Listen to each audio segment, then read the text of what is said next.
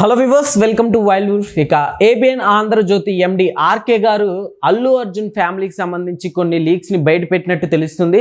అంటే అల్లు అర్జున్ గారికి అలానే అల్లు అరవింద్ గారికి ఇద్దరి మధ్య కొన్ని విభేదాలు ఉన్నాయి అన్నట్టు బయట పెట్టారని తెలుస్తుంది. అసలు ఇందులో ఎంతవరకు నిజం ఉంది?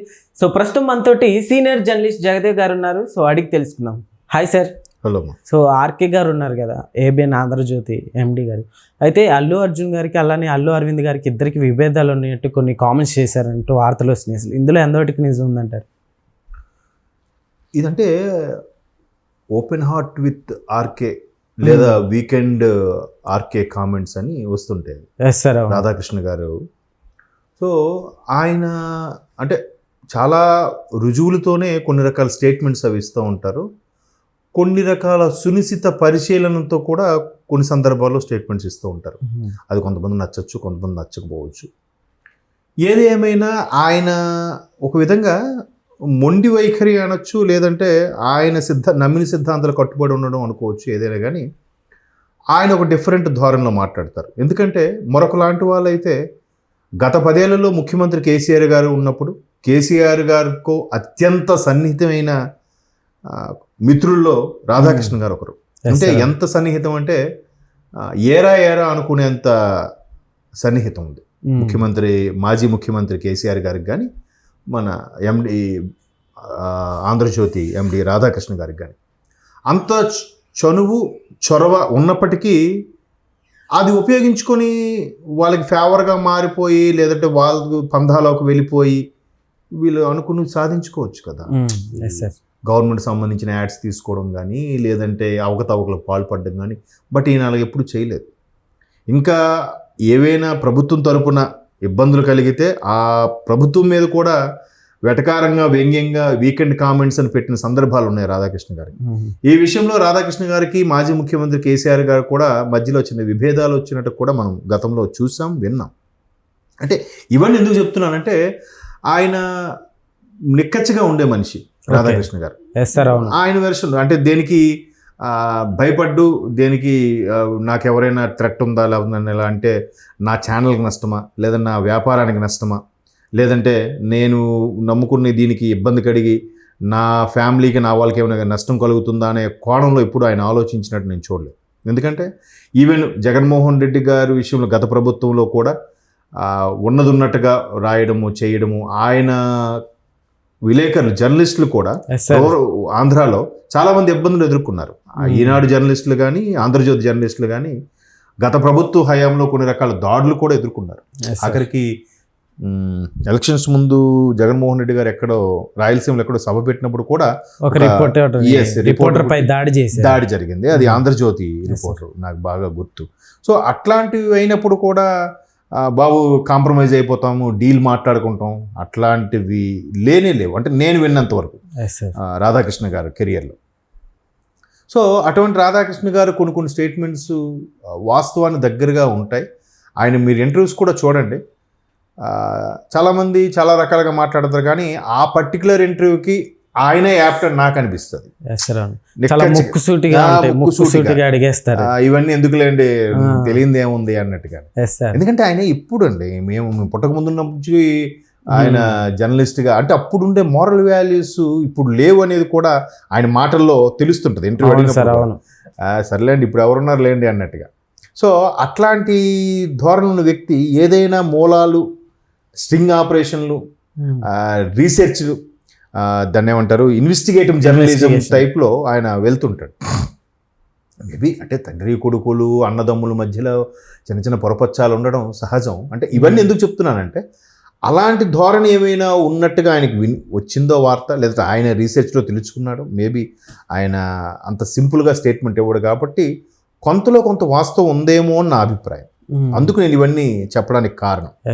అంటే ఈవెన్ బన్నీ గారు అన్స్టాపుల్లో బాలయ్య బాబు గారితో చేసిన ఇంటర్వ్యూలో కూడా ఈవెన్ మా నాన్నగారికి నాకు విభేదాలు వచ్చినా కూడా ఆ పర్టికులర్ సబ్జెక్ట్లో నేను ఆయన విభేదిస్తాను, అంత మాత్రాన ఆయనకి నాకు పడదని కాదు. ఈ ప్రపంచంలో అత్యంత ఇష్టంగా కొలిచే వ్యక్తి, అత్యంగా అభిమానించే వ్యక్తి నాకు మా నాన్నగారే అని కూడా చెప్తూ ఇట్లా వివరణ ఇచ్చారనమాట. అలా వివరణ ఇచ్చినప్పుడు ఏమనుకున్నారంటే చాలామంది మేబీ పవన్ కళ్యాణ్ గారి విషయంలో అక్కడ ఆయనకి సపోర్ట్గా వెళ్లకుండా నంద్యాల వెళ్ళారు కదా, ఆ విషయంలో ఆయనలాగా వివరణ ఇచ్చారేమో బన్నీ గారు అని అనుకున్నారు.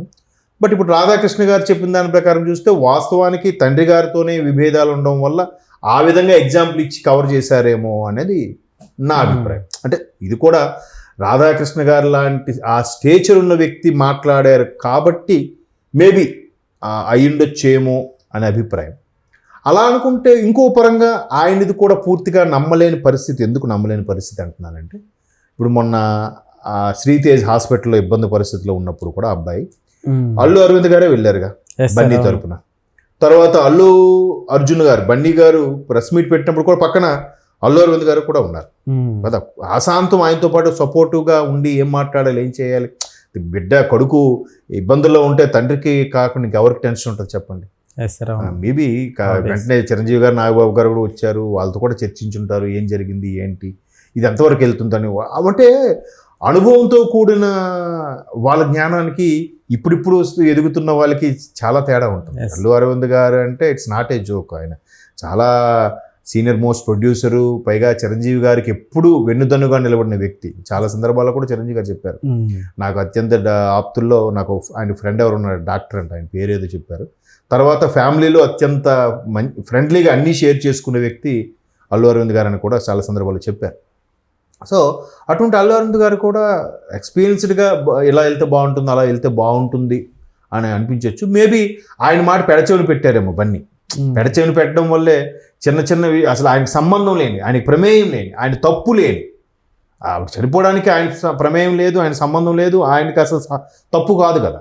సో దాన్ని ఆయనకి ఆపాదించబడి చాలా విమర్శలు, మనసే లేదు, వీళ్ళకి మానవత్వమే లేదు అనే స్థాయి వరకు వెళ్ళిపోయింది కదా. ఇప్పుడు డిస్కషన్స్ అవే నడుస్తున్నాయి. సో ఇక్కడ ప్రెస్ మీట్ పెట్టడం కూడా అల్లు అరవింద్ గారు చెప్పిన మాట వినలేదా, వినకపోవడం వల్ల ఈ విధంగా ఇన్ని నిందలు మోయాల్సి వస్తుందా అనే కోణంలో కూడా చాలామంది ఆలోచిస్తున్నారు.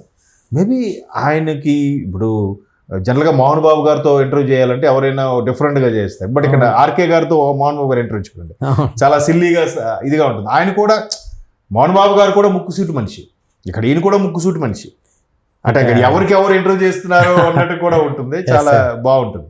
అంటే నీవన్నీ ఎందుకు చెప్తున్నా అంటే, ఆర్కే గారికి ఏదో సమ్ లీడ్ దొరికి ఉండొచ్చు, దానికి దీనికి సంబంధించిన ప్రామాణికమైన అనేది మనం చెప్పలేం. ఈవెన్ అక్కడ సమస్య వచ్చినప్పుడు కూడా ప్రధానంగా బన్నీ గారి తమ్ముడు శిరీష్ ఉన్నారు, ఫాదరు అల్లు అరవింద్ ఉన్నారు. ఈవెన్ ఆయన అవార్డు వచ్చినప్పుడు కూడా అత్యంత ఆనందించింది అల్లు అరవింద్ గారే. ఇప్పుడు ఇబ్బందుల్లో అనవసరంగా ఆయన చేయని తప్పుకి ఆయన మీద ఆయన మాటలు పడుతున్నా కూడా ఇప్పుడు ఫేస్ చేసి అందరితో మాట్లాడి, మొన్న ముఖ్యమంత్రితో సమావేశం దానికి కూడా అన్నిటికీ డిస్కస్ చేసి వాళ్ళంటికి వెళ్ళడానికి ప్రోత్సహించడానికి కూడా అల్లు అరవింద్ గారి పాత్ర చాలా ఉంది. బట్ తండ్రి కొడుకుల మధ్యన పొరపచ్చాలు వచ్చాయంటే మేబీ ఇట్లాంటి చిన్న చిన్నవి, అరే నీకు ఎందుకు అసలు అవి ఏం మాట్లాడొద్దని చెప్పాను కదా ప్రెస్ మీట్లో, ఎందుకు మాట్లాడామను, లేదంటే ఇలా మాట్లాడడం వల్ల ఏంటి ప్రాబ్లం, మనకే మళ్ళీ ఇబ్బంది అవుతుంది, ఇండస్ట్రీకి ఇబ్బంది అవుతుంది, అందరూ మనల్ని అనుకుంటున్నారని ఏవో మాట అనుకుంటారు కదా, బాగా వాళ్ళ చేయకుండా ఉండని సాంద్రాన్ని. అవును సార్. అలాంటి సందర్భంలో ఏవో చిన్న చితక తండ్రి కొడుకులు జనరల్గా వచ్చే ఫ్యామిలీ రిలేషన్స్లో ఆస్తుల గురించి కానీ, లేదంటే రిలేషన్లో పలానా వాళ్ళు మామ ఇచ్చాడట, పలకరిస్తే నీ సొమ్మేం పోయింది, పెద్ద ఆయనే కదా పలకరించాల్సింది కదా అని తండ్రిగా కొడుకు చెప్తాడు. అంటే ఎగ్జాంపుల్ చెప్తున్నాను ఇవన్నీ. సో అలాంటి సందర్భంలో ఆయనకి బాగా ఊరుకున్నానా మీకు తెలియదు, అతను పెద్ద నస అంటారు కదా జనరల్గా. ఇప్పుడు పలకరిస్తే ఏం పోయిందిరా అంటే పెద్దవాళ్ళు, ఇట్లాంటి ఫ్యామిలీస్లో ఇలాంటి వాటి మీద ఆర్గ్యుమెంట్ జరుగుతుంటాయి, తండ్రి కొడుకులకి కానీ తల్లి కొడుకులకి కానీ. ప్రతి ఫ్యామిలీలో ప్రతి రిలేషన్స్లో ఉండవే. సో అట్లాగా ప్రెస్ మీట్ విషయంలో కానీ, లేదంటే ముఖ్యమంత్రి గారితో మీటింగ్ జరిగిన విషయంలో కానీ, లేదంటే శ్రీతేజ్కి హెల్ప్ విషయంలో కానీ ఏవో మాట వచ్చుంటాయి. దాన్ని ఆర్కే గారు చెప్పడం వల్ల ఇది పెద్ద ఇష్యూ అవుతుందేమో, కానీ దాంట్లో పెద్దగా వాస్తవం లేకపోయి ఉండొచ్చు నా అభిప్రాయం. చూద్దాం మరి. ఇంకా ఆయన ఆర్కే గారు వీకెండ్ టాపిక్ అని చెప్తూ మరి ఇంకేమైనా బాంబు పేలుస్తారా, ఆయన దగ్గర ఏమైనా ఆధారం ఉందా, let wait and see. Okay sir, thank you.